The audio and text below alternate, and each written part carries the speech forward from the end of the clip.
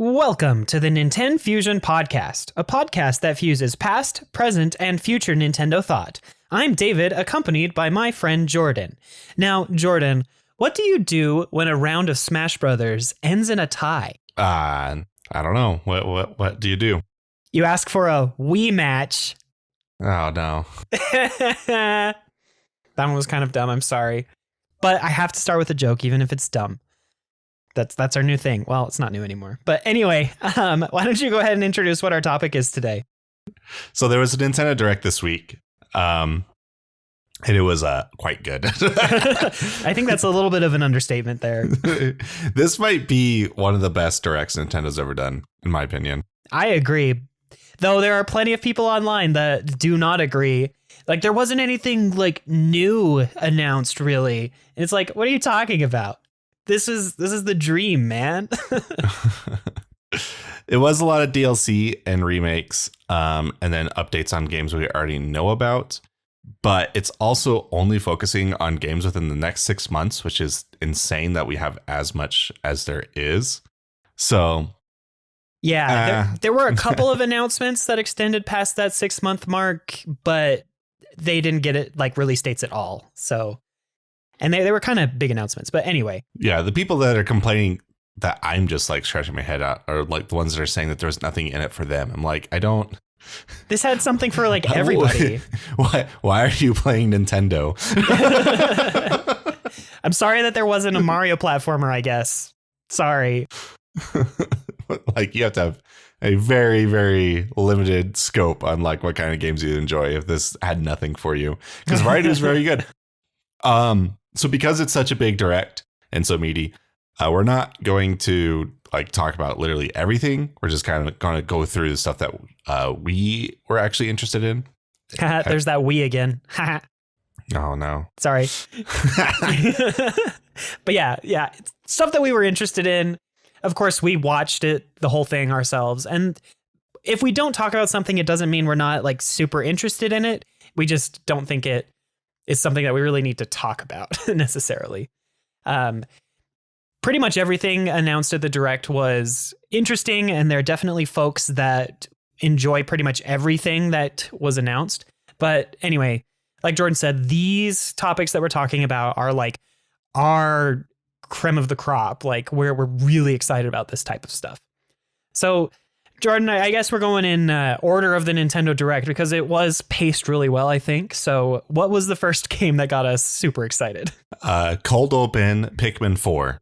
Like, not even a welcome to the Nintendo Direct. It's just like, there it is. I was so happy. How are you feeling?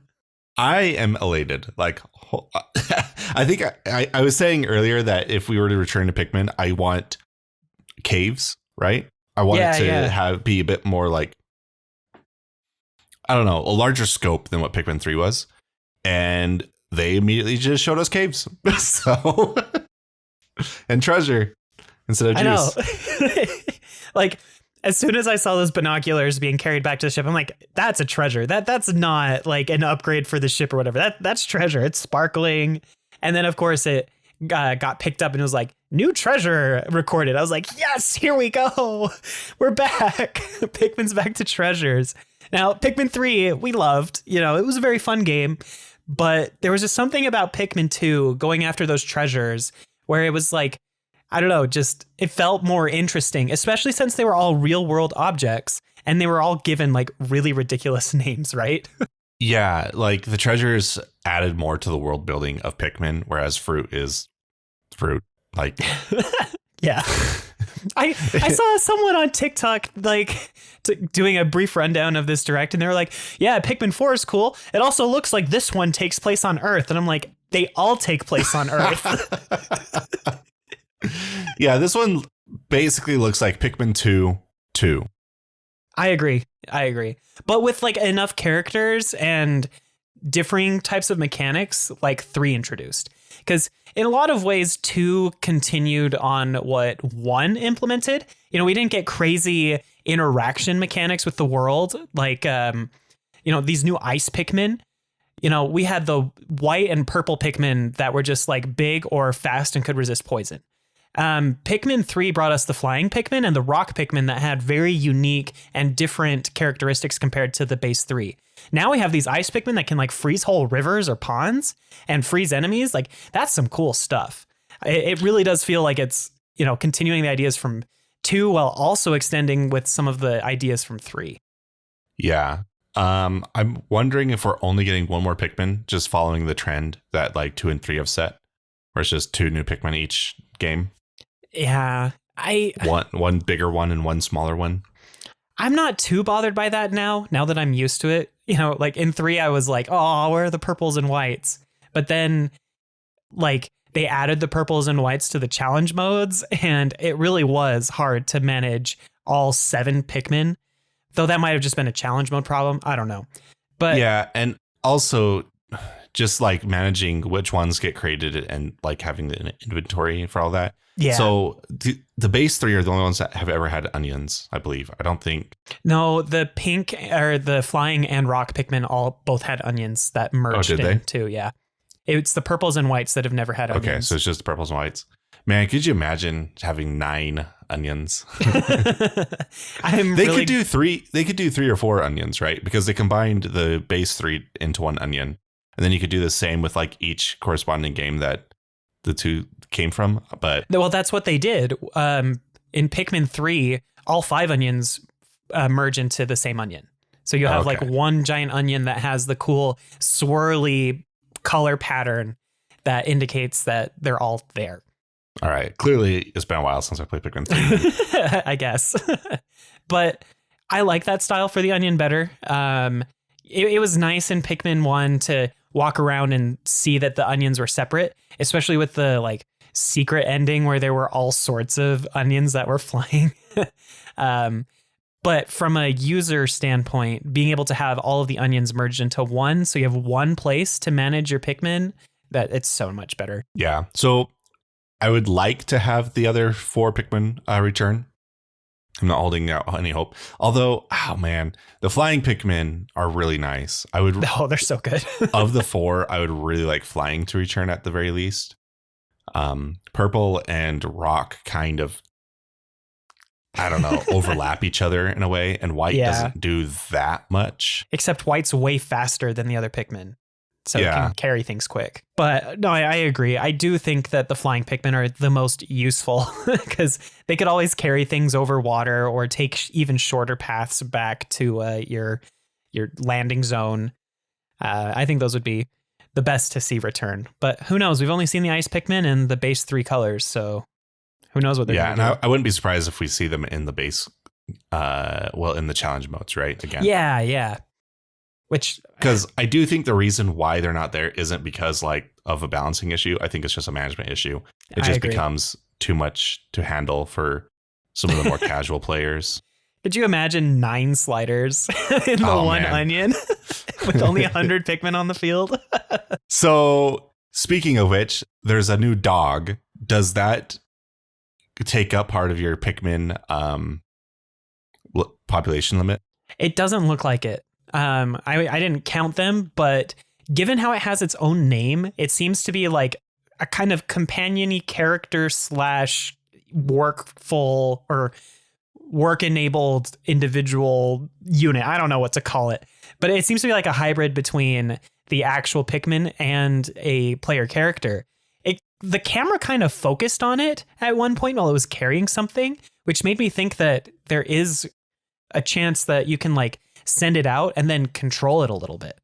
I don't know if you noticed that. Yeah, I am very concerned that it's going to be easy mode. Nintendo has a tendency to kind of do that kind of thing with their new mechanics, especially when they introduce new characters like that. Yeah, I don't know. But it seems like it has some things that only it can do. Like it looked like it was the only thing that could smash through those like pots that were like a wall or something.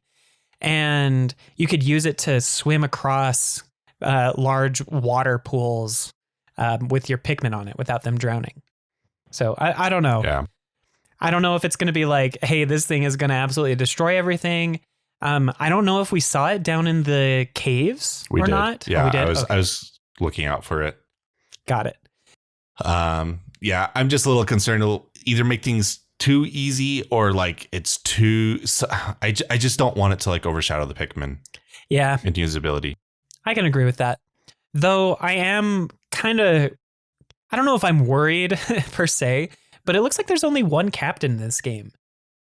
You know, like I really liked being able to have 2 and then even 3 captains be able to command Pikmin so that I could send them off to different areas. Don't you find didn't they find a second Pikmin or captain in the trailer? I don't know if that was a captain. They said he was like a castaway, and it was almost like they were looking for castaways as one of their objectives. Ah. I don't know. Like, I just didn't see any sort of indication that you could actually control a second person. Maybe you will. I don't know. Maybe that's something that you unlock as you go. I don't see why they would undo that after having it in 2 and 3. One idea I would like to see. So like one way they could introduce or bring back like the old Pikmin, the ones that, so like from the white, purple, rock and flying, they could have like these like enemy castaways or whatever with those on their team. So you don't ever get them, but they still are like in the game and present or whatever. They're That'd be super on the enemy cool. teams. So then the white Pikmin are just murdering your Pikmin with poison. Oh, that'd be awful. That'd be crazy. They could also potentially have at least the purples and whites in the caves, but they will not go back up to the surface with you. Yeah. And then you Unlike just have to get Pikmin them 2. sort of like the Bulbmin or whatever. Yeah. Yeah, because the Bulbmin might also make a return. We saw a bunch of the different types of Bulborbs again, like the Empress Bulbor. I don't remember what she's called. She's like the gigantic, super long worm-like one. We saw her return as a boss. So hopefully that means a return of a lot of enemies from 2 that didn't make it into 3. I think so. The fact that we're getting caves again, it tells me that we're going to be getting a lot more combat focused enemies. Let's go. The bosses also look so cool. At least the one that we saw. It was like the giant, the long legs with the disco ball. So cool. Yeah. Oh man, I'm very, very excited. It actually makes me want to go back and play through the first 3 Pikmin again. Honestly, same. Like, just so that I am ready for Pikmin 3, I guess. It doesn't launch until July, so I guess we have a while to which is actually sooner than I was expecting. I know. I thought it was going to be like fall or holiday. Yeah, I was expecting it to be their holiday game. So now we officially have no idea what Nintendo plans for the holiday, because Pikmin 4 is the last game we know that's on like the queue. Yeah, with like, yeah. Like we know Metroid Prime 4 is in the work. Yeah, exactly. That's out on the under. Like, and later on in this, we'll talk about a game that makes us probably think that Prime 4 is not coming this year. Yeah. But yeah. So I have no idea what Nintendo's planning for the second half of this year.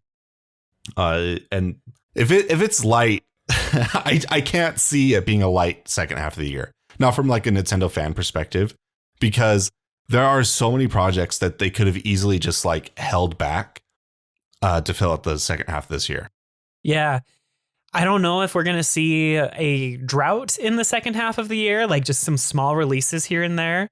Like, I don't know, maybe after Tears of the Kingdom launches, they'll finally unleash the other HD Zelda games. For some reason. I don't know. I don't think any more Zelda is coming after Zelda this year, which makes it more weird that the HD remakes didn't come last year. I know, right? There wasn't really anything Zelda last year, was there? No, because Skyward Sword was the year before. Or was it? Last year would have been a perfect time to fill in the gap with one of those 2 games, or both. But or Metroid. Yeah. But yeah. If the rumors are to be believed, and it's just that there's no like 10 million plus seller, that just means that there's no Mario or Pokemon, right? Or Zelda, obviously, because Zelda is coming out in the first half of the year. Right. So the second half of the year may still be pretty packed. Yeah, it's totally possible. Or we are nearing the end of the Switch's life and they're starting to hold things back so that we get the Switch 2 early next year. I don't see anything being held back. This is not what it looks like when Nintendo's holding things back. I know. Usually the first half of the year is where the droughts are for Nintendo. True. But so then why aren't they going to E3? I don't know, man. I don't know what Nintendo's doing. This is such a weird time or era of Nintendo speculation.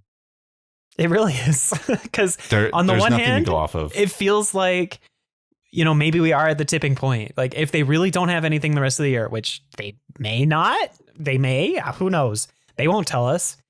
If there really is hardly anything, maybe they are preparing for like a refresh to the console that launches holiday with Mario. I don't know.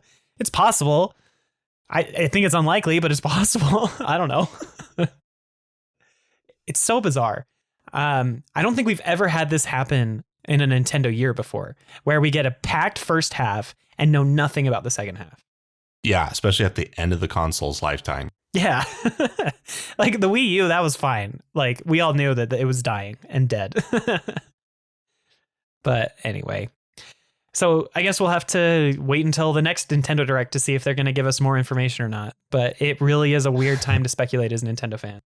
Yeah, honestly, I don't expect a June Direct to show up. I think we're not going to see anything from Nintendo again until after Pikmin comes out. It's totally possible. They have us pretty set until July. Yeah. Well, and they only had 2 Directs last year, right? Yeah. So whatever. Anyway, I guess we can kind of continue on with some of what is being jam-packed into this first half of the year. Next, we've got like really the one of the first big pieces of DLC. Like DLC is kind of a common theme for a lot of these announcements as well. And it's the DLC for Xenoblade Chronicles 3, which I'm pretty excited for, especially since they actually announced the big story mode that's happening. They gave us like a 4-second trailer with like Shulk and Rex, both as adults, fighting against Alvis. I'm not going to explain any of that because you need to play through 1 and 2 to understand where that's going. But I am so excited because Shulk and Rex are some of my favorite characters from RPGs. So really excited for that. I don't really care too much about the other heroes that they're adding through these other waves, but the like roguelite battles that they're adding where they're doing randomly generated sets of monsters, that's really cool. I know you don't really care about Xenoblade, so we don't have to keep talking about it. I mean, it's fine. It's good for the content to exist. It's not like Monolith's going to make something else that I would really enjoy, so it's fine. I'm not missing out on anything by them being busy with Xenoblade. True. I mean, though Monolith has helped with other Nintendo projects, especially Zelda. So anyway, moving on, since Jordan doesn't care about Xenoblade, Bayonetta Origins, Rise of the Lost Demon was given another full trailer. I think it's a cute little puzzle action game. I don't know if you're going to pick it up. I might eventually. Probably not. I need to play through the other Bayonettas first, I feel. Yeah. It's kind of interesting. I think you definitely need to play at least 2 because 2 kind of focuses a lot on Cereza. Or 1 does as well.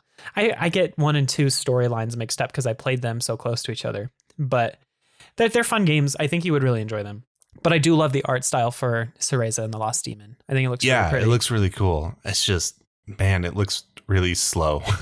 It's not the typical character or pace that you expect from a Platinum game. True. It's very much a puzzle solving where you control 2 different characters basically at the same time. So I think it'll make for some really interesting gameplay. But yeah, that's coming really soon and it's pretty exciting. Of course, there's also the Splatoon 3 DLC. The first wave is quite exciting, especially for those of us that played Splatoon 1 and really kind of got attached to that game. It's basically just a reskin of the like hub world lobby-ish area where instead of going to the Splatlands, you can choose to have Inkopolis, the location of the first game, as your like base, as your hub. And it's really cool because the Squid Sisters return and they've put all of the functionality into different rooms and buildings in Inkopolis. And I really appreciate it. I know a lot of people are like, that doesn't warrant $25, but Again, that's only the first wave of the whole expansion pass, and it's the expansion pass that costs $25. I don't know how you feel about Inkopolis. I don't know. I think it's easier to like navigate around than what we have now. The current hub world is really large, and I prefer smaller hub worlds. Yeah, but you also have the ability to just press the X button and go to any of those rooms that you need that's to. True. I don't know. I like it because it's really fun during Splatfest to see the different floats with Shiver Fry and Big Man floating around. I think that that's a really cool thing, but I really do love Inkopolis, and I'm excited to see the Squid Sisters perform again during Splatfests, especially since the music that they played when they were singing is remixed. So it almost seems like as part of this DLC, we get access to more music that's also like remixed and remade from the first Splatoon. And that excites me because I love Splatoon's soundtrack. But then also we got the second wave of the DLC announced as well, with a very awesome, short, and confusing trailer. It's called Side Order. I don't know if you caught the connection on why it's named Side Order. Nope, not at all. Okay, so the final Splatfest in Splatoon 2 was Chaos versus Order, and Chaos won. So that's why we go to Splatsville, and Splatsville is literally a chaotic like area. So this is the other side. This is Order.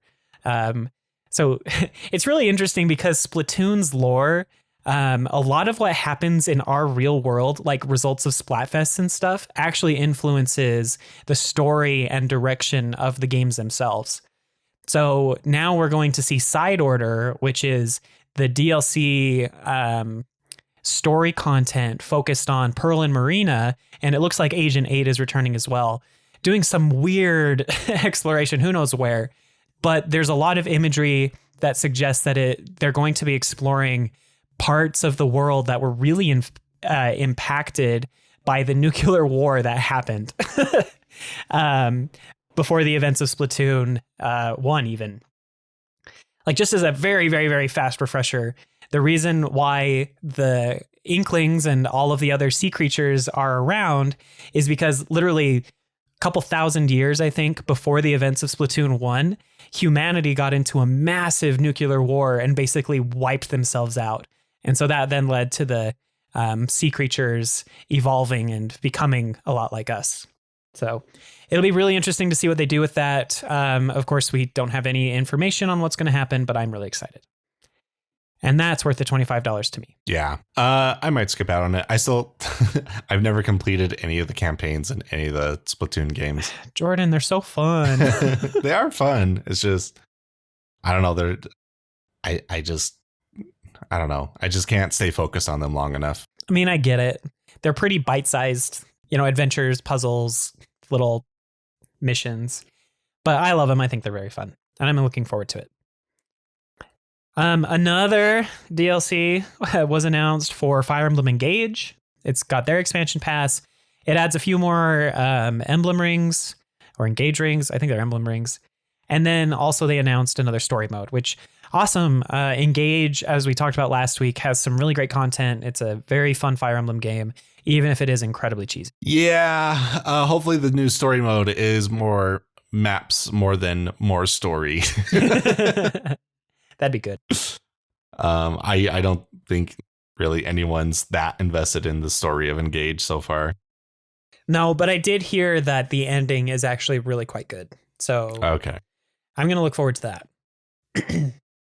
But the maps are very good, and hopefully the really quality of the maps continue. I hope so too. Okay, Jordan, what's next? All right, we got more information on Octopath Traveler 2. They were just showing off like that the demo is available. I'm excited for Octopath Traveler 2. I'll definitely play through it. I don't think I'll play the demo, even though it's pretty generous that you get to play for 2 hours and then like move your save file over to the main game. I just don't want to like play 2 hours now and then have to wait 2 weeks before I can continue playing. I get you. I totally understand that. I'm definitely interested, though. I don't know if I'll pick it up right away. I actually still haven't finished Octopath 1. So. No one has. True. Everyone really likes it. Everyone likes the story. Everyone kind of just falls off like halfway through the game. Well, I'm glad I'm not the only one then. Yeah, I don't know very many people who've actually beaten the game. It's cool, but excited to see that happen. Yeah, I'm very excited. I wish there was a bit more of a hook to this one. I wish there was a bit more unique to it from the first game, but it's the first game again with different characters and different story. So that's fine, I guess. Yeah. So look forward to that one. What else do we have? And then continuing along the like traditional JRPG formula, we got Sea of Stars. And even though I'm not much of a JRPG fan, there's a lot of JRPGs I'm actually kind of interested in from this direct, surprisingly. So Octopath and now Sea of Stars is kind of heavily inspired by like Chrono Trigger, I believe. The art style just looks really cool. The art style is what's drawing me into this game. Yeah, it looks so good. It's super, super well polished with really good animations for the characters. It's just, yeah. So I am interested. It'll probably be a game that I don't end up playing all the way through, but I do want to like experience at least some of it. Yeah, I did see some people say that a lot of these indie, maybe not necessarily indie, but like retro-based RPGs tend to kind of blend together in some ways because a lot of people really like making them and like playing them. I think that this art style is just like a step above, where like the sprite work is just so clean and good looking, and I think it looks really awesome regardless. Yeah. Plus the characters all look very interesting. You know, they're not your typical, this is just a person. So maybe it's not that I hate JRPGs. Maybe it's just that I'm more into like the old style turn-based games. Maybe. I mean, that's one of the reasons, or that's basically the core gameplay of Octopath. So, and this game, Sea of Stars, seems to be continuing that trend. It looks pretty good. Also launches very soon. And then, of course, we finally got a release date for Advance Wars, which was delayed indefinitely because of the conflict between Russia and Ukraine. But it is no longer delayed indefinitely. It now has a release date for April. So I think we've talked about Advance Wars already on the podcast. I don't know if either of us are going to get it since it's just a remake of 1 and 2. Is that correct? Like you're not planning on getting it? Yeah. And I guess this is also like proof that Nintendo's not going to be bringing the originals to the Nintendo Switch Online service. It looks like it because, yeah. Though they are bringing, and we'll talk about this in a moment, they are bringing Link's Awakening DX, which they released. Yeah, but that Link's one's Awakening. had enough time to kind of like true sit around. This one, yeah, we're not getting those ROMs. No. But that's fine. Like this remake, it looks like really high quality for what you'd expect for Advance Wars. And Advance Wars is fun. It's just also, I don't know. I've played them. They're not like the best things ever, I guess. Yeah, I enjoy them. I like Advance Wars. I've already played them, and I'm not like dying to go play them again. I'd rather play Fire Emblem for my tactical game. So anyway, for those of you that are excited for it, we're happy for you that it's finally being released, but we've already played them, so we're okay. Then they also showed off a little bit of Kirby Return to Dreamland, since that launches very soon, which was the Wii game. They added an epilogue about Megalore, and I'm not going to grab this Kirby game. Kirby Return to Dreamland was fun, but I'm going to leave that game in the Wii era of my life. There are only a couple of Kirby games that I want to replay often, and it's Kirby's Nightmare in Dreamland for the Game Boy Advance, Kirby 64, and Kirby Air Ride. Those are really the only ones that draw me back over and over again. Oh man, not Superstar? I wasn't a Superstar kid. I think it's a great game. I just don't really go back to it. I love Superstar and the original on the NES. I mean, yeah, I can see why. Maybe I need to give Superstar another fair shot. I don't know. But the original NES game, it was remade with Nightmare to Dreamland. And that's one of the reasons I like Nightmare to Dreamland. Anyway, happy for the Kirby fans. I don't know if you're picking up Return to Dreamland. Probably not. I I suspect that Return to Dreamland is going to feel pretty dated at this point. I mean, it kind of looks like a Wii game as well still. Like, they just added that thick outline around the characters. Like, I don't know, whatever. Kirby has some very hardcore serious fans, and I'm happy for them. Yeah. Cool. Well, so speaking of Kirby, a couple Kirby games also are coming to the Nintendo Switch Online service. Yeah. We are getting the Game Boy and Game Boy Advance to emulators. We're getting those emulators on NSO. Yeah, and I think they chose a pretty good lineup. Obviously, like the elephant in the room that's missing is Pokemon. Yes. I don't think we're getting the Pokemon games at all. I don't either. It'd be nice, but I am man, I don't know. Game Freak is Game Freak. They're not entirely owned by Nintendo, and they like to be really sticky with their IP. If they can make money off of re-releasing their games, they will. Like they did on the 3DS. Like the 3DS Pokemon relaunches were like so far after they started adding virtual console games too, that I almost wonder if like Nintendo had to drag them through the mud to get them to release it. You know, like, please, come on. It's a handheld device. It will sell. And they also had to update like Pokemon Bank and Pokemon Transfer to accept the Pokemon from those save files. And I really don't see Game Freak just saying, yes, you can have those ROMs. I could see it going like two ways, I guess. Game Freak does let them have those ROMs, but then there's no Pokemon Home connectivity and they rip out all of the mythical distributions, so you can't even like glitch your way to them. Or they release them as either standalone or in bundles that cost separate money that do include those types of things like they did with Crystal version, where you could get Celebi. Because if they're going to make a profit, they're going to make a profit, but they might throw them on there just to keep those Pokemon locked there forever. I don't know. Yeah. I think the second one's more likely, though. I think it's far more likely we'll get them as separate releases if they ever come. I don't think they're ever coming. I think we had our opportunity with the Virtual Console and the 3DS. So make sure you grab them before the end of, or before it closes on March if you haven't already. Yeah.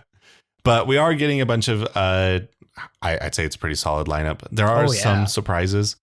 We're getting Zelda Link's Awakening DX, Tetris, Super Mario Land 2, Gargoyle's Quest, Game & Watch Gallery 3, Alone in the Dark, The New Nightmare, Metroid 2, Wario Land 3, and Kirby's Dream Land as the like starting lineup for the original Game Boy. Those should already be out right now. Oh yeah, they came out last night. Like as soon as the direct was over, basically.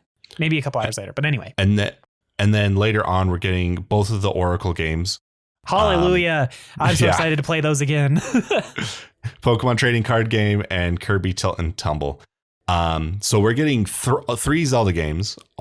All three of them are really good. So like, this is a really great deal on its own just to play through those games. Yeah.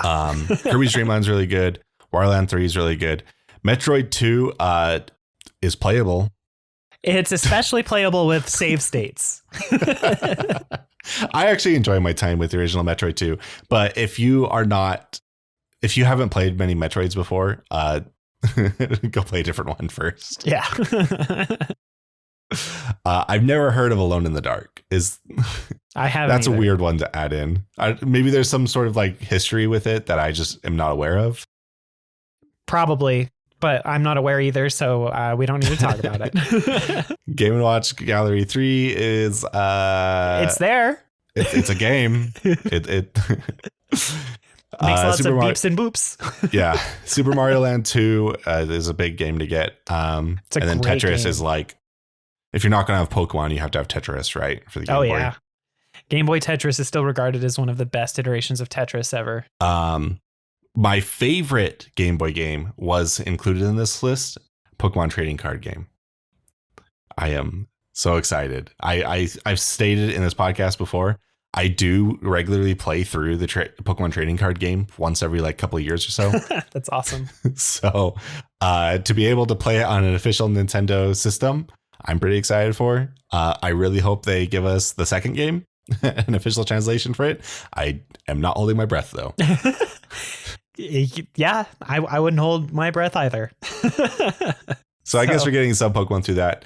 Kirby Tilt and Tumble is interesting because that one uses motion controls. So I guess they emulated the gyro controls to work with it. We actually knew that from the leak as well, that they had been working on implementing the gyro in the emulator. So that's pretty cool. They didn't have to do it, but they did. And that's pretty neat. I wonder if there's going to be more games that they include, such as Pokemon Pinball for that. Yeah, that's totally possible. Because there were a couple of other games that used that motion pack that was included in the cartridge. So, and then of course we only saw those other 4 games, the Oracles, trading card game, and Kirby Tilt and Tumble, but it sure did seem like they're going to continue adding more games to the service. I mean, they might as well. The Game Boy library is enormous, and they have continued to add, well, I wouldn't say continue, they have kind of paused recently adding games to their other console lineups. Yeah. And these ROMs take up whole megabytes. Oh no. How will my 32 gigabyte Switch be able to hold them all? They're so, yeah. So, yeah. Aside from Pokemon, I don't know what else I I know what. Where's Mario vs. Donkey Kong? Yeah. For real. That is like one of Nintendo's favorite games to port to systems. So I am very surprised that they chose to leave that one out. Like, I thought that was a shoo-in to come in. Yeah. I don't know where it is. I was also kind of confused as to why we didn't get Super Mario Land 1 as well. It's not as good as 2, but it is still like a decent Mario game. Yeah. But it'll probably come eventually. We also need the other Wario Land games. Since they're giving us 3. It'd be really cool to get Shantae too. Yeah, it sure would. But what's really cool about the emulator is they actually have visual options available for these as well. So you can play them with the green gross coloring if you want, or you can do the Game Boy Pocket, which is more grayscale, or you can use the Game Boy Color filters. So if a game had any sort of data that could, adjust to palette coloring, you can play it in that way too. So really nice to have those options. They're pretty good. I loaded it up. Didn't play through too much, but the performance is pretty solid as well. But then, of course, we also got the Game Boy Advance games. And I mean, the Game Boy Advance games, that's the library that I care more about than just playing Game Boy. Yeah, as much as I like the Game Boy Advance felt like quite the generational leap. I know. And it's just like the next generation up. I mean, it had 32-bit games on it already. I don't know what the actual technical number is. It might be 16. I don't remember. But anyway, so many good games. And we got a really strong first lineup. We got Super Mario Advance 4, which is the Game Boy version of Mario Brothers 3. Or Game Boy Advance version, excuse me. And it also comes with all of the e-reader levels that so few people have played because they never got an e-reader or never got all of the cards. So that's really exciting to be able to have all of those extra levels already. Yeah. Then the first WarioWare game ever, the WarioWare Inc. Mega Micro Games. That's awesome. I'm very excited for this. I actually have never played this one. I haven't either. I loved the Wii one and some of the more recent releases, but it's so cool to be able to play the original. And then Kuru Kuru Kururin. I've never played that one, but I think that one was a Japanese only release, right? And this one, is this its first release in America? I don't know. Okay, it came out in Europe. Okay. So there was an English translation. It just never came out in America. It's really interesting. No, it came out on the Wii U Virtual Console in 2016. But yeah, it was only Japan, Europe, and Australia, but was a launch title for the GBA. I wonder why we never got it here in the US until there were a lot of games on the Game Boy Advance that did not come stateside. True. We'll talk about that, some of them soon. But yeah. Mario Kart Super Circuit. It's fine. At least it has the multiplayer, so you can try it with your friends. Yeah, it's a good afternoon, and then you probably won't play it again. Yeah, there are better Mario Kart games. Mario and Luigi Superstar Saga. There's a lot of people who are really excited for that one. Yeah. I love that game so much. And then, of course, one of the best Zelda games ever, The Legend of Zelda Minish Cap. Oh, so good. Yeah, this one. Such a good game. I'm definitely going to play through this again. Same. So really strong starting lineup. There's quite a few games that I'm going to play after I'm done with the current game I'm playing through, or games. But yeah. And then in the future, we're getting Metroid Fusion, which thank God. The Switch is becoming the new place to play Metroid finally. It's the Wii U is losing its title. Where was this before Dread? Like, I know, come right? on, Nintendo. We needed Fusion because it leads right into Dread. So now everyone who started with Dread have the opportunity to play through Fusion. I'm definitely going to play through this one again. Same. Hopefully, Ridley doesn't murder everyone with headphones on again. Hopefully they balance the sound a bit better for that. But anyway, they probably didn't. But yeah. Be careful with headphones with that game. Is all I'll say, I guess. Then. Thanks for the warning. We also are getting Kirby and the Amazing Mirror, which that's a very fun game. It's like a Kirby Metroidvania that's also really fun to play with friends. Yeah, I remember playing through this one as a kid. It was fun. You'll get lost, and don't worry if you get lost. I don't think I finished it. It took a very long time. I had to play it with my cousins, and we figured it out eventually. And then Fire Emblem. Which one is it? I think it's like Elliewood's game. Oh, it's Lynn's game. Lynn, Hector, and Elliewood, which is exciting. That's a really good Fire Emblem game. Yeah, of the Game Boy Advance ones, it's the best one in my opinion. I agree. I'm really hoping they take the opportunity to use this as an opportunity to translate Binding Blade. Yeah, that'd be so cool. Especially with Roy being a big prominent figure in Smash Brothers. It'd be nice to have an official English translation of his game. Yeah. Maybe they won't do it because maybe it's the next one on the chopping block for. No. So there's actually a lot of evidence that the next one on the chopping block is genealogy. All right. Genealogy. Then please, Nintendo, even if you steal the fan translations online.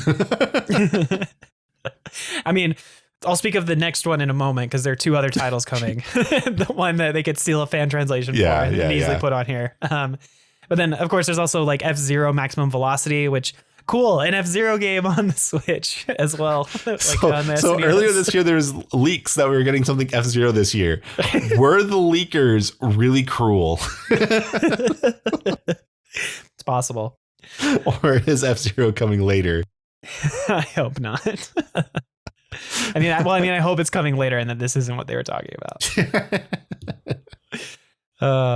Hey, F-Zero fans, you got your F-Zero. Now you don't need to complain anymore. You should be happy. You should be fine. You've got the SNES one and you've got the Game Boy Advance one. You're done. But we're also going to get Golden Sun too, which is really cool because Golden Sun is a great game. Too. But as someone who's not a big fan of JRPGs, Golden Sun's pretty good. We have established earlier in this episode that you like JRPGs that are old style turn-based games. So there, I gotcha. Yeah. When JRPGs went to 3D, it was all downhill from there. Yeah. But like we were saying with the Fire Emblem game, there are definitely some games that fans have wanted for a very long time on the Game Boy Advance that never made it to the US. And the biggest one, the elephant in the room is Mother 3. Is this the time? I sure hope so. We begged Reggie for like 7 years throughout the Wii and Wii U era. And he was always like, ha ha ha, it's a funny joke, guys. And like never made good on his promise before he left. Well, he never promised, but you know what I mean. So I would be ecstatic for Mother 3. Oh my gosh. And there's a few challenges Mother 3 has to overcome to be localized. One, there's a lot of like controversy around the depictions of Gypsies. Yep. If you just release it as is on like the NSO, you can just say, hey, it's just a product of its time. Yeah, kind of like the warnings Disney gives with some of their old films. You could just put a warning at the front, and I'm sure most people would be okay with it. Like, it was a different era back then. And then the other one that you are going to have to edit a bit is there's potentially some copyrighted music Yeah. in the game. And like, in my opinion, just slap one of the themes from one of the other monsters over those themes.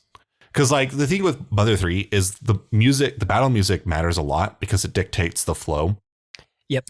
Of your combat. Right, because it's almost a rhythm game.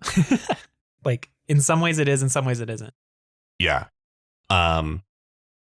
So I don't think you can just make a new song and just slap it in unless if you make something with the exact same beat to it, right? Right. So I think you just kind of have to move one of the other themes into there if you are concerned. So there's people that are saying that like it would Nintendo could get sued over it, but like they didn't get sued when they released it in Japan. Yeah, like true. they still follow copyright laws over there. So I don't know how much. I'm not a lawyer, so I don't know how much it holds water. But if Nintendo is concerned about it, that would be the approach I would say go with it.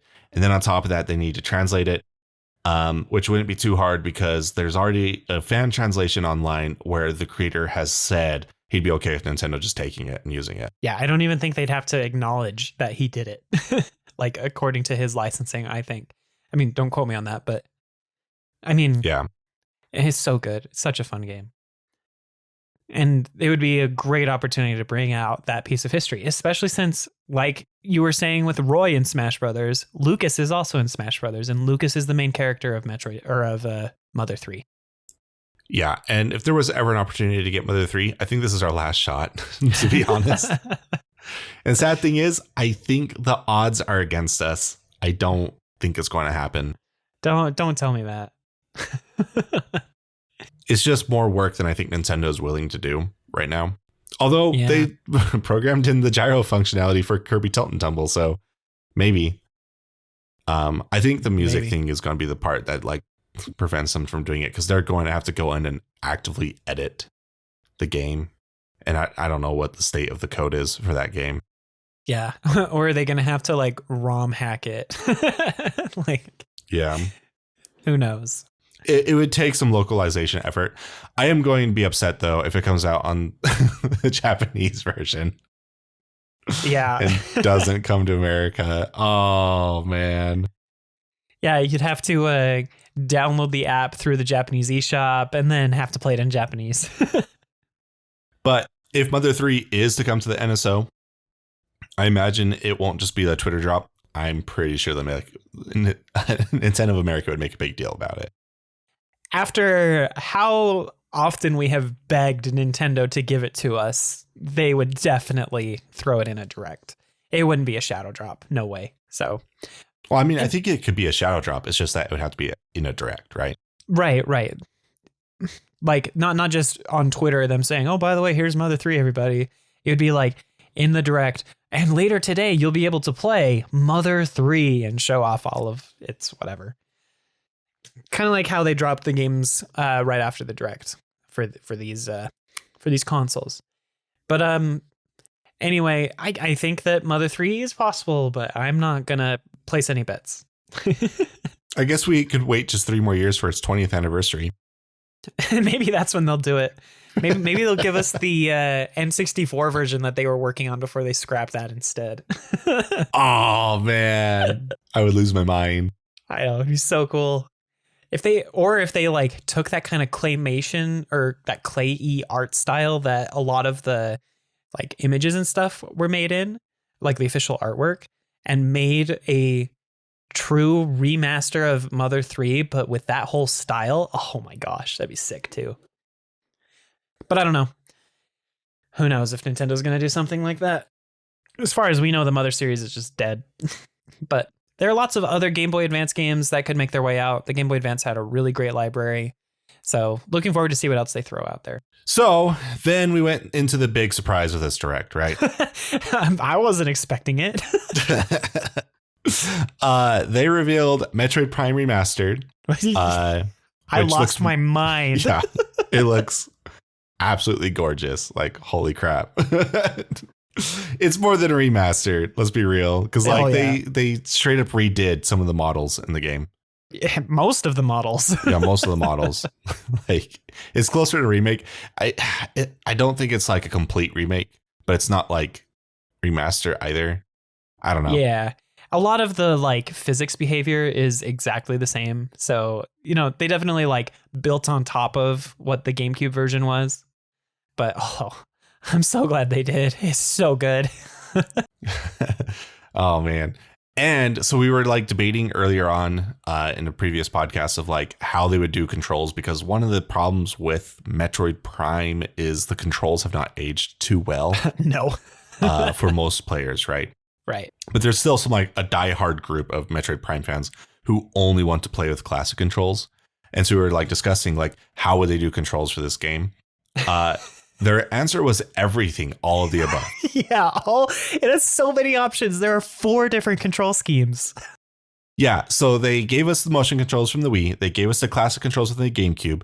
Apparently, you can even plug in your GameCube controller and just like start playing right away with it. Yeah. It's just mapped properly. And then they made the dual stick option, which was the other one that we were talking about, which is the more modern control scheme for first person shooters, right? Yeah. Which works wonderfully. That's the way I've been playing it so far. And then no one asked them to do this, but they did it anyway. They made a classic version with motion controls. They combined the GameCube and the Wii version together. Yeah, well, it's actually not the Wii version with the or the GameCube version with the Wii version. The hybrid mode is actually the dual stick mode with the kind of motion controls, because that's the way that I've been playing. So it's honestly more like Splatoon. I see. So it's okay. I see. I hadn't turned it on yet. I just assumed that it was. Yeah, no, it's like the dual stick mode. You can still use the stick to move the camera around, but then like you can finally aim. So it's a lot like shooting your arrows in Breath of the Wild or aiming in Splatoon with motion controls. It works really well for this game. Though I have had to adjust a lot of the sensitivity because I wanted it to feel a lot more like how I play in Splatoon. So the default sensitivity of the camera stick is like so low for me. I'm like, no, I want to snap around faster. Yeah. Like, why is this the default? Why am I like moving 4 pixels a second? But they give you so many options. It's insane. Like, I couldn't believe that they gave every single option you could want to play the game. I know some speedrunners have been doing a lot of experiments on the game, and a lot of them are using the Wii-based controls with the pointer, because apparently that's the easiest way to do things like early space jump and stuff like that. Well, it's going to be the most accurate as well.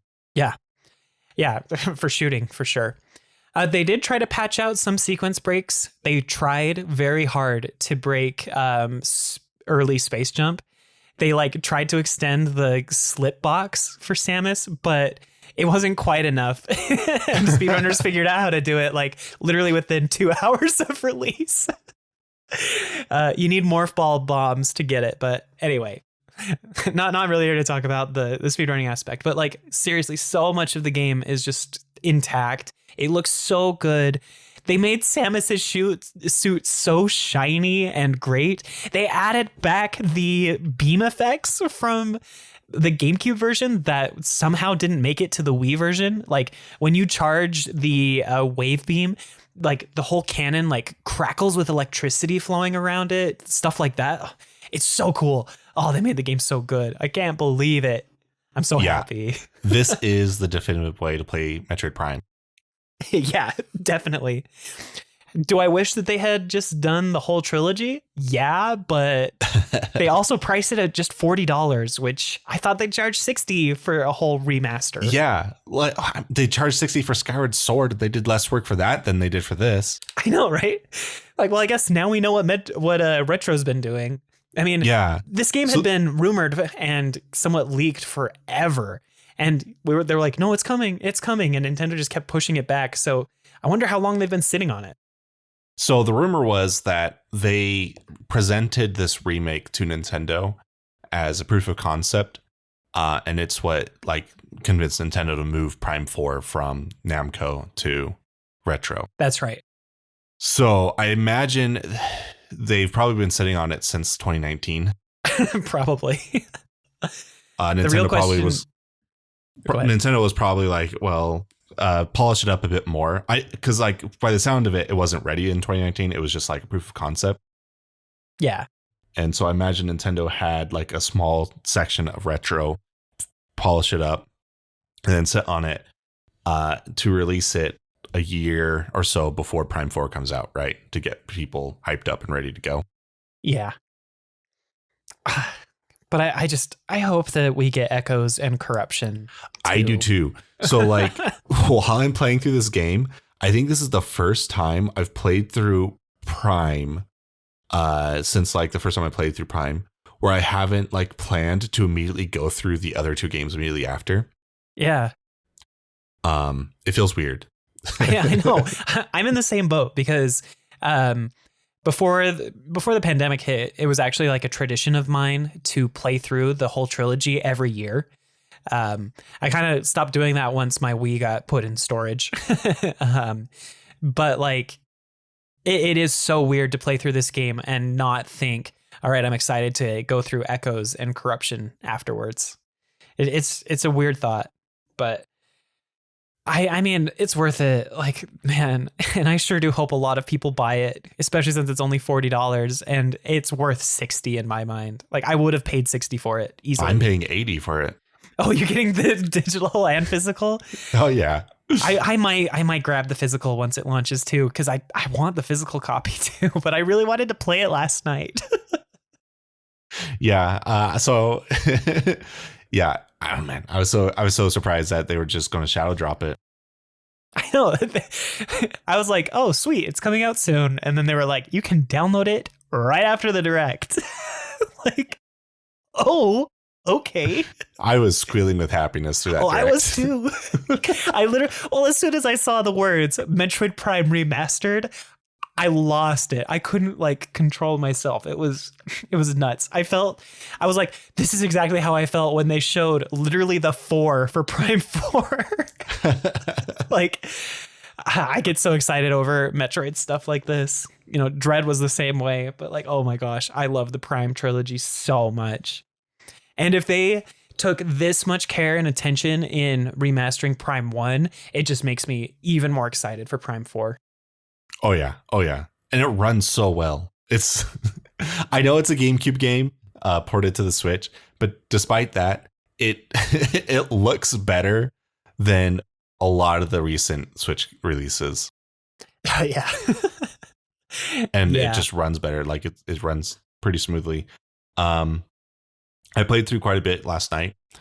I played up through I got the gravity suit and I'm currently in the sunken frigate. Okay. Yeah, I'm not nearly as far as you. I just got the wave beam. Actually, wait, no, I'm in the pirate in the phase on mines. Oh, yeah. Wow. I forgot I got there. Wave beam, yeah. It's so good. Oh my gosh. Well, and like playing through it, like it's been a while since I've played it, so I'm kind of letting myself get lost as I explore instead of just having my like, you know, the prescribed path that I would always take on my replays. So it's like, it's so fun. I was like, oh yeah, I forgot you don't go this way first. As I'm like wandering around the ruins. Oh, I'm so stopping to smell the roses and just look at how like high def they are. It's insane. I can't believe they did it. I literally like took a minute once I landed on the ship to look at the grass, like right outside the ship. I was like, what? They didn't have to do that. Anyway, so good. So good. I love Metroid. And it's so uncharacteristic of Nintendo, 1, to give options, and 2, to like give this much love to like a Metroid remake. I know. I mean, I guess we got a lot of love for Metroid 2's remake, so that's unfair to like criticize Nintendo on that. True. And I mean, we got a lot of love with Dread, even though it's and also Zero Mission. Okay, so Nintendo does a really good job with their Metroid remakes. I take that back. Or maybe who's the director of the Metroid series? Basically, what's his name? There's Sakamoto and Tanabe. They Tanabe both does care a lot about detail. Yeah. I mean, it's really good that Metroid as a series not only has one director/producer that has a lot of passion for Metroid, but 2. Yeah.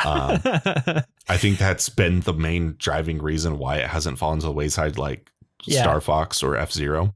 Well, and it's also kind of the same reason why Zelda keeps cranking out bangers is because you've got Onuma that's in charge of the series, but it started with Miyamoto, and they both love that series. Though in the Metroid case, both of these producers and directors are still working on the games, whereas Miyamoto has moved on somewhat to a more, I don't know. Yeah, Pikmin and also a advisory role, I guess. But anyway, all this said, we could talk about Metroid Prime for hours, and honestly, we have. So you could go listen to some of our Metroid Prime episodes. Our very first episode of the podcast was about Metroid Dread, but then we did spend some time talking about the Metroid Prime series and what we want from Prime 4. We might need to do another Prime episode, Jordan, as we get closer to 4 to kind of update our expectations after how great this remaster is. Oh, all I can say with this remaster is Prime 4 is in safe hands. Yeah. There were some people trying to like slander Retro that like, oh, they haven't made anything in 10 years. The people that worked on the Prime Trilogy games aren't there anymore. It's a completely new team or whatever. Retro still cares about quality. Oh, easily. They're still a top tier studio. They're just slow. They're just very, very slow. And who knows if they were working on something else in the last 10 years and then Nintendo had them like scrap it so they could go to Prime 4. We don't know. Yeah. But anyway, really excited to see what else comes out. Maybe in another 6 months, they'll just be like, here's Echoes. And we'll be like, oh my gosh, what? Oh man, I would lose it. And it'll also be only $40 because Echoes, I would say Echoes is shorter. Never mind. Echoes, it might actually be a little bit longer than Prime 1. So Corruption is definitely the longest. I kind of suspect the reason why it was $40 and probably part of the reason why they held off on releasing Prime Remastered is that people were expecting the full trilogy to come out for $60, right? Yeah. And I think they wanted to do like a remake justice and not just up-res. And that takes development costs or whatever. And doing that for all 3 games for the price of $60 is a bit more like the reason why we got the trilogy as is was because they just were able to just kind of like slap all 3 games as is into a single disc. Just added the motion controls by letting Samus's and they already added the motion controls for the separated Japanese releases. Oh, that's true. Yeah. Because they were originally those like improved play controls or whatever they were called for the Wii. And then they took those and stitched them. So instead of releasing them as separated improved play control options in America, which I don't think in general were selling that well in America, they just decided to put them into one amazing collection for $60. And that's the reason why we got that. And so it was kind of unfair to like expect Nintendo to do that again, especially if they were going to do this as much work as they did for Prime. Like they definitely put in the effort for this remake. I totally agree. And I really hope that they get to work on Corruption and Echoes because both of those are also fantastic games. And it'd be so cool to see Echoes in a higher resolution, like as the developers intend it, rather than just like some fan HD mod pack or something like that, because that game is so dark and so like based around the light and dark areas. And anyway, I'm so thrilled. I'm super thrilled for 4, but it'd just be icing on the cake if we got 2 and 3. Oh man. I really do want Prime 2 and Prime 3 with this level of effort. I do too. I'm worried that we won't because they did not sell as well as the first game. True. But man, Echoes is my favorite in the trilogy. Prime 1 is probably the best of the 3, but Echoes is my favorite. Yeah, Prime 1's my favorite, but I really enjoy the other 2. Yeah, I mean, all 3 of them are phenomenal, and I love playing through all of them multiple times. I wonder if we're going to have a yearly release for Metroid for a while going forward. Oh, that'd be sweet. So Prime Remastered this year. Next year, Prime 4. The year after that, Metroid 6. And then the year after that, Metroid 2 Remastered. Like, that's entirely possible. It totally is. We'll have to see. Hoping. Metroid's back, baby. Metroid's back. Well, not just back. It's like back and stronger than ever. Except for maybe, I guess, the GBA era. We got a lot of releases then. But yeah, anyway. the GBA GameCube era is pretty strong for Metroid. Yeah. Glad Metroid's back, though. Anyway, we could talk about Metroid like all day long. Please go buy it. I'm sure they're watching how many people are buying Prime, and that will help influence if they're going to release Echoes and Corruption. So please go buy it. It's only $40, and it's absolutely worth it. Moving along here through the rest of the direct, since we also have another gigantic topic to talk about. Both of the Baten Kaitos games are getting released on Switch as like a remaster, which is awesome. Baten Kaitos games are very, very interesting JRPGs. I played through, I think, the first one at least a little bit, and it's really cool to see them make an appearance. I actually might get these ones as well. They've been on my list for a while, and now I don't have an excuse to like not play them anymore. Just watch out if you're going to 100% the game, because you have to have the game open for like 7 days straight or something like that. No, pass. I just want to go in and play an RPG where I get to deck build. Yep, that's like right up your alley. Anyway, everyone keeps recommending this one to me, like as if it's going to be the game that will finally make me change my mind about JRPGs, but it's not, because it's going to just reinforce to you that you love deck building games. Why don't all games just use deck building as combat? All combat should be decks. Like, speaking of deck building, like just real total different aside, you should try Kingdom Hearts Chain of Memories. That might be the only Kingdom Hearts game you like, because the combat is literally based around deck building. I've heard that one too. I've heard, well, I don't know. It's kind of fun because it combines the actual like real-time action stuff that Kingdom Hearts is known for, but your attacks are all based on what cards you have in your deck. So anyway, that was a totally different aside. Baten Kaitos launches soon. Very excited, especially since it's a bundle with both 1 and 2 in it. So then level 5 kind of just was resurrected at this direct. And we're getting a new Professor Layton game, Jordan. That was a very big surprise. It's been I a thought while level since 5 was Professor dead. Yeah, it's been a while. Like during the 2010s, it felt like we were getting Professor Layton almost every year. Yeah. So the early 2010s, late 2000s, like the DS era was tons and tons and tons Professor Layton. And I'm excited to see him return. I really enjoy Professor Layton as a character. Well, and the last Professor Layton game I played was the Ace Attorney Professor Layton combo game. That was so fun. You got both the puzzle solving from Professor Layton, and you got the like find evidence and piece together the real truth with Phoenix Wright. So really excited to see what they end up doing with Professor Layton. I hope Luke makes another comeback. Lots of great characters and really fun music and great puzzles in Professor Layton. We also got news about the next wave of Mario Kart 8 DLC. We're getting Yoshi's Island. I think, was that the only course that they showed? I wasn't paying attention. It's the only one I remember. So the big part about it was that it's a brand new course.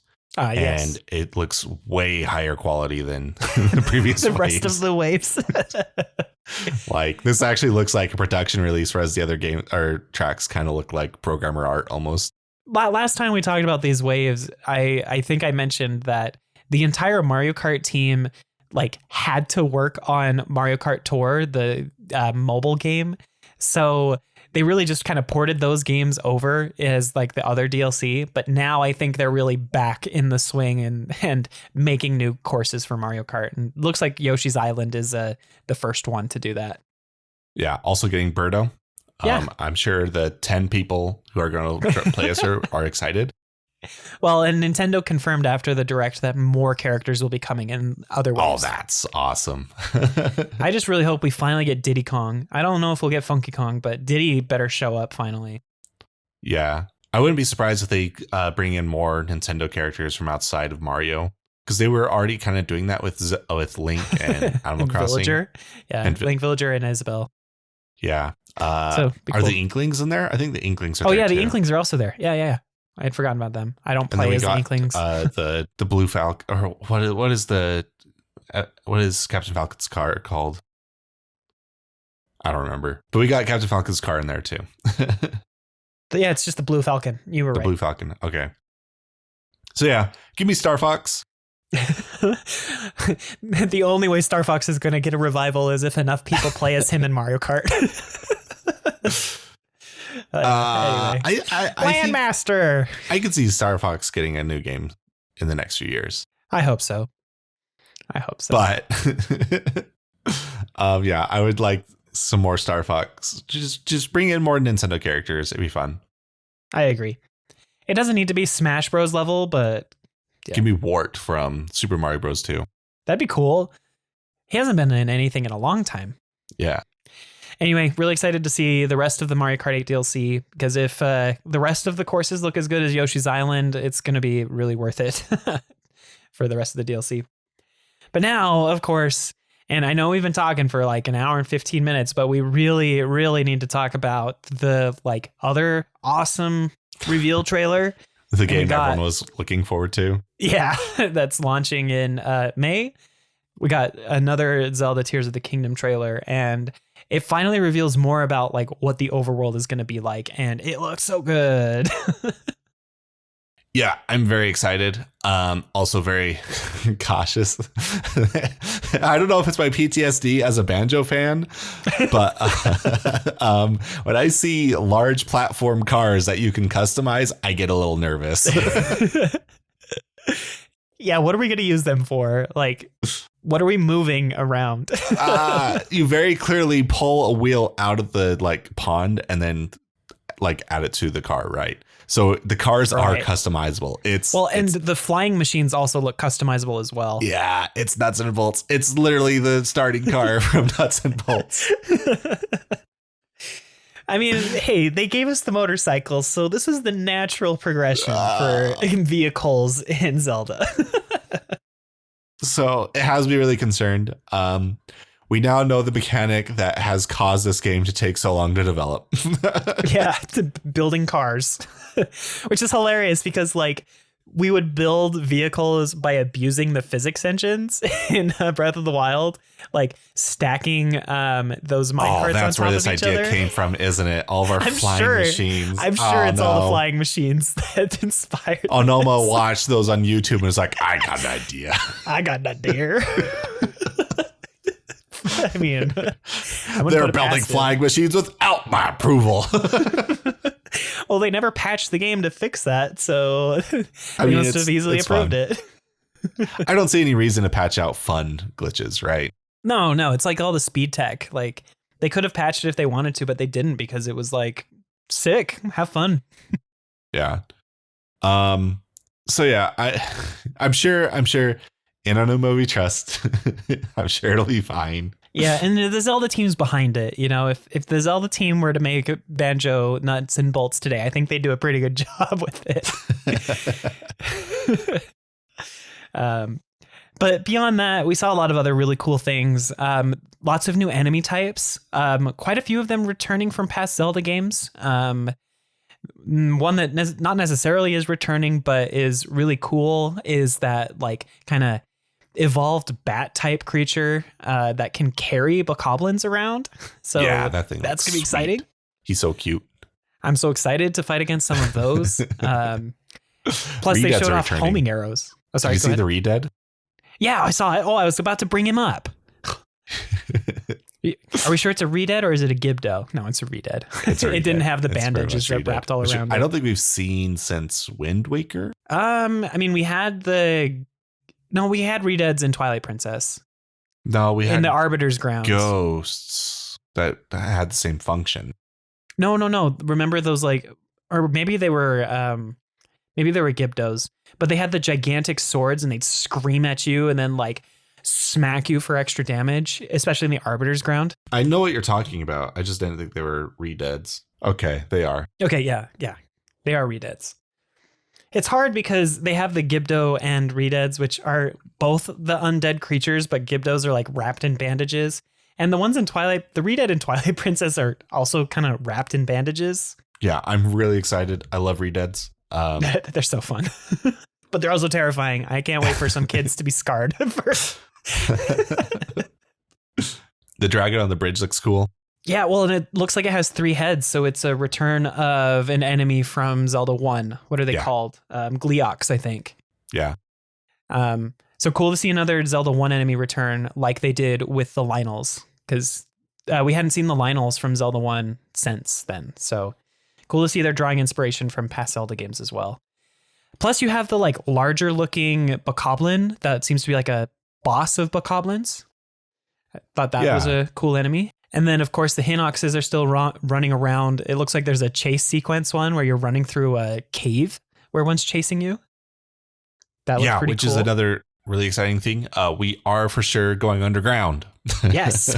Thank goodness. I mean, we saw a bit of a cave in one of the early trailers where Link had like a new weapon and was fighting something.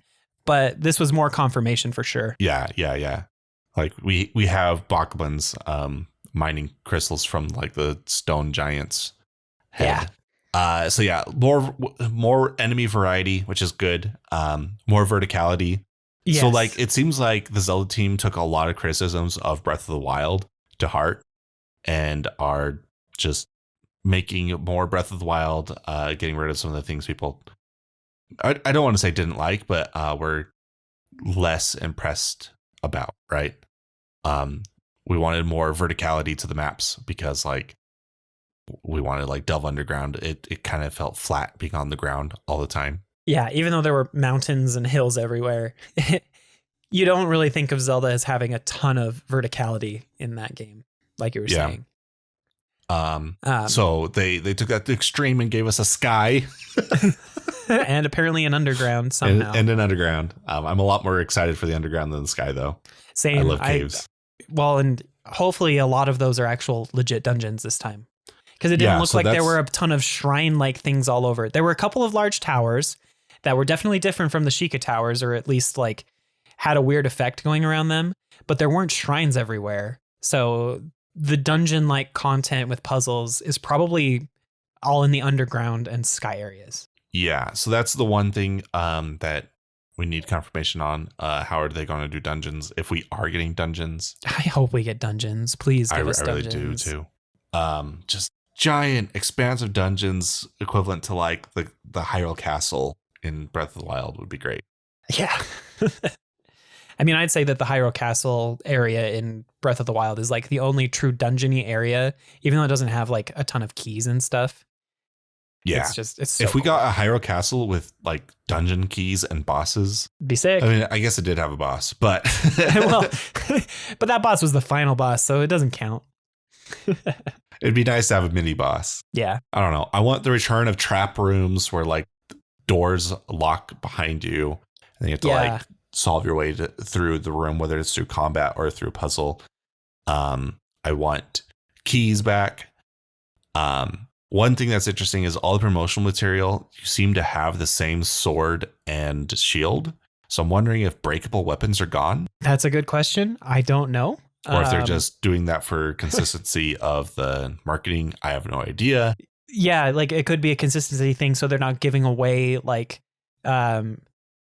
flow or timeline stuff about like what parts of the game happen when. I don't know.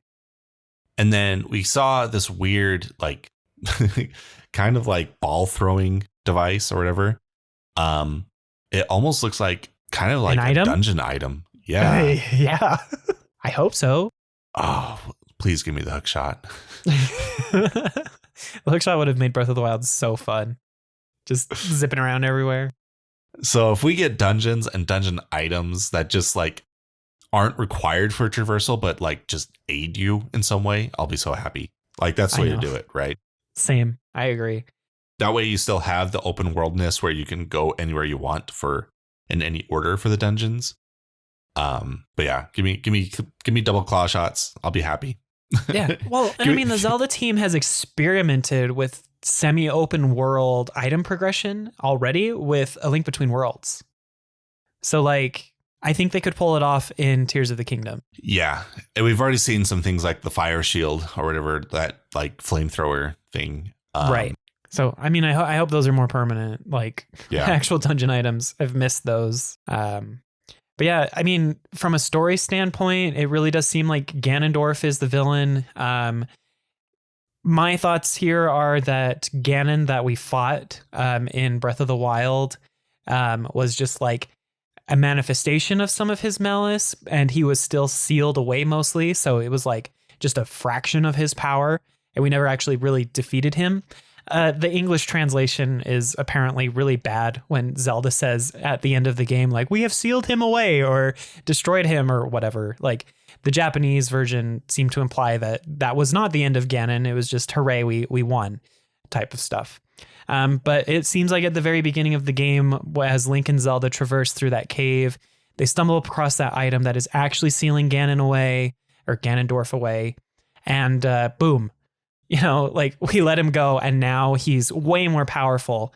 We know that the monsters in Breath of the Wild are all made from malice because of the Blood Moon animation where they like reappear out of thin air. And so it makes sense as to why there are now more monsters, and the monsters seem stronger with their like larger horns, and seems like they have more attacks and stuff, where their power is reflected in now we have a more powerful Ganondorf. It also makes sense in regards to Zelda basically saying, though in the Japanese trailer, she was basically saying, you're not strong enough yet to fight Ganondorf, Link. Whereas in the English, she was like, I don't think you can win, Link, or something like that. So anyway, lots of little interesting pieces here. I mean, I know so many fans are like, we don't want Ganondorf to be the villain again, but if that's the way that they're going, fine. And maybe this will actually be the real final end to Ganondorf. It'll never be the end. No, I've heard some people theorizing that this game is just going to restart the timeline and we'll go back to Skyward Sword after this one. Like, that Breath of the Wild is now the prequel to Skyward Sword, and that's why they all got thrown into the sky. Okay, I don't know. I doubt it. Maybe. I don't know. The thing is, if you get rid of Ganon, it's really hard to do a story about the Triforce, and the Triforce is a really key part of Zelda. Yeah. You can do Zelda stories obviously without the Triforce or Ganon, as I've done it multiple times, such as Majora's Mask. Yeah. But you can't like get rid of Ganon for good, right? Yeah, he's been around since the first game. If they wanted to get rid of him, they would have done so much earlier. He is like the driving antagonist of the whole series. And it's because, and well, I honestly hate the idea of Demise's curse, because there's a lot of evidence that Demise didn't actually curse their bloodline. But like, Ganondorf is persistent, and he just keeps coming back because he has the power of evil on his side, I guess. I don't know. But yeah, considering the Triforce, it's really important that he remains, I think. If they destroy him, it's just going to be someone like Ganondorf that also can wield the Triforce of power for some reason. Yeah, I guess so. But then we lose all that sweet, sweet lore, and it's like, you're just a pretender. The games that just drive me insane are the ones that have the fake out villains that end up just being Ganon or whatever. Like Twilight Princess. Yeah, Twilight Princess, Link to the Past. I just kind of wish that those games kind of just like focused more on their respective villains rather than Ganon. When it's like explicit, like Ganon's the main driving villain for that game from the get-go, I think it's fine. Although yeah. I do enjoy the break from Ganon every now and then. My favorite Zelda game is Majora's Mask, and me too. It's nice when Nintendo is a bit more creative with their stories in that regard. Yeah, I agree. But anyway, I think that this game looks really great. You know, maybe I do share a little bit of that caution with you on the whole nuts and bolts thing, but I'm still super excited. I trust the Zelda team will have at least done a better job than Nuts and Bolts did with this mechanic. I'm just hoping it's only to open like a shrine or two. Yeah. Or like some side quests. I don't know. Or to be like the bike where it's just a fun mode of transportation you don't have to use. I don't know. If it ends up being used in the final battle like your horse was, then I might be a little bit more upset. Could you imagine fighting Ganondorf and you're just like on your super flatbed like vehicle thing? Your flatbed truck. Yeah.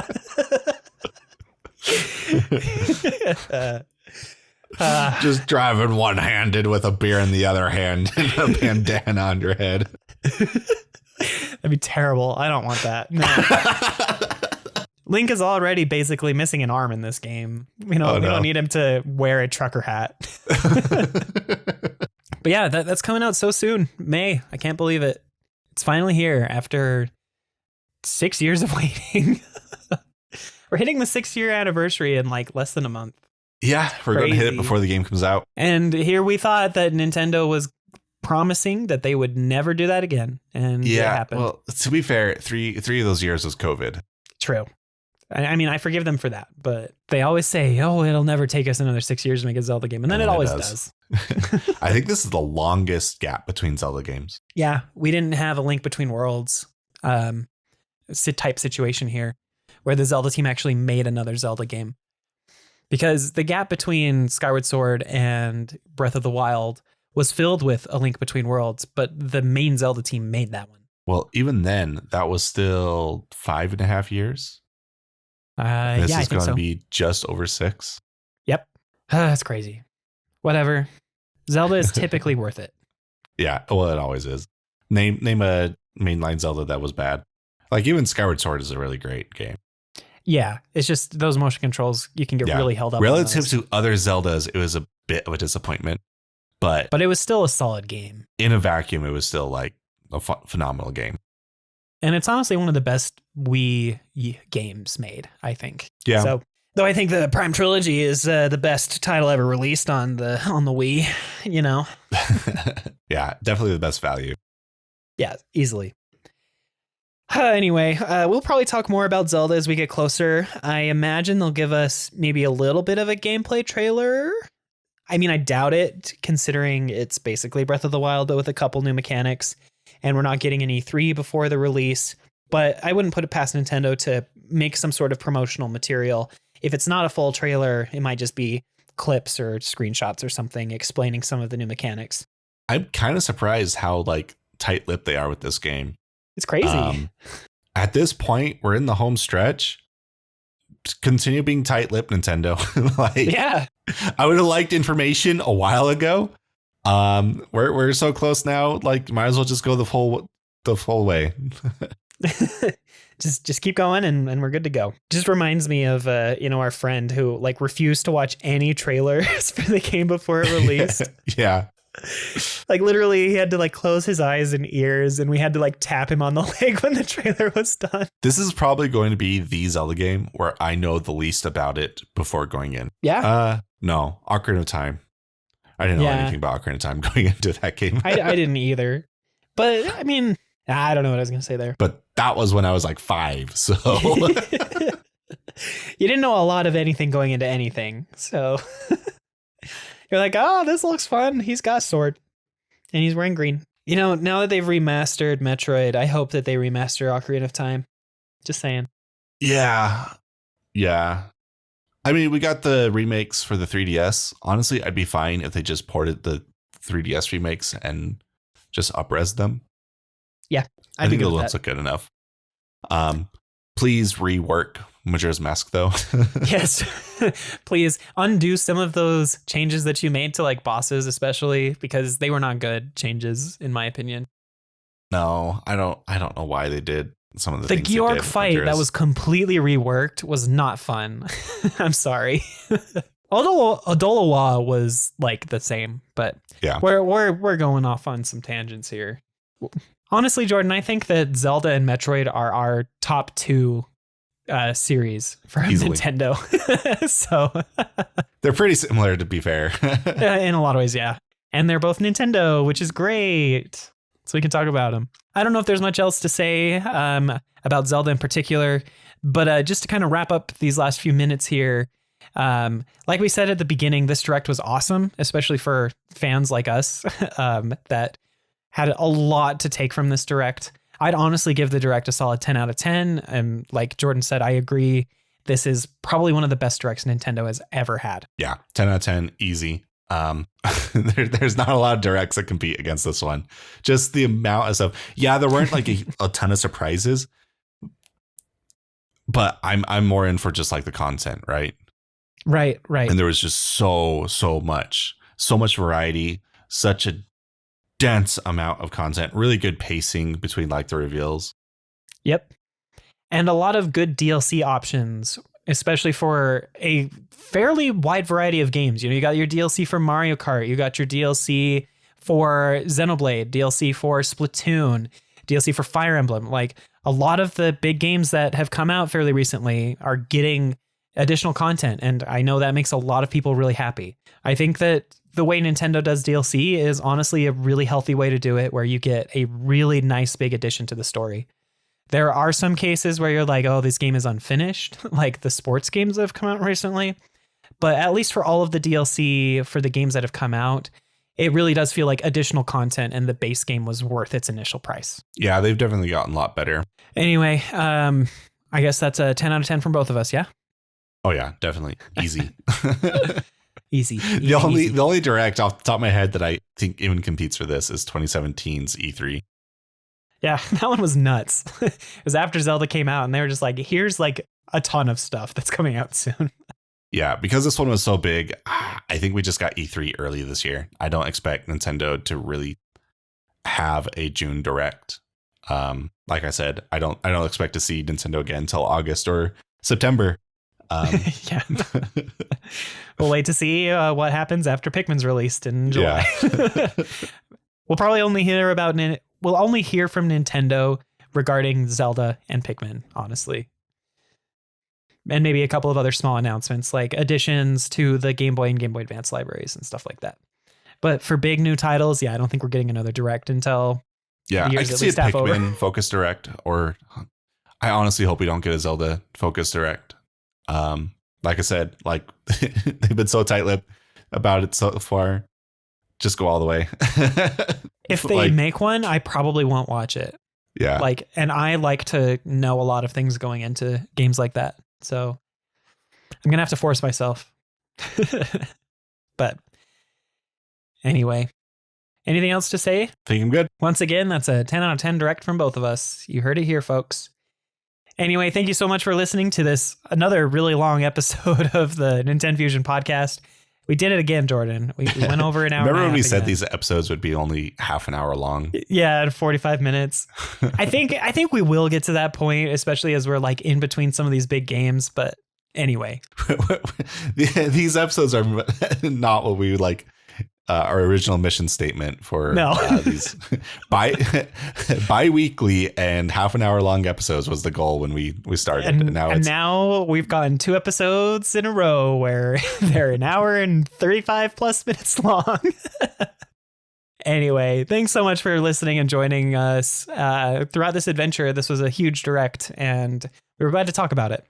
Head to our Discord server by going to nintenfusion.com/discord. That'll get you an invite to the server. And then be sure to give us a like and a comment or review on whatever service you're listening to us on. We'd greatly appreciate that. But with all that said, thank you so much again for listening, and we'll catch you on the next one. Bye-bye. See ya.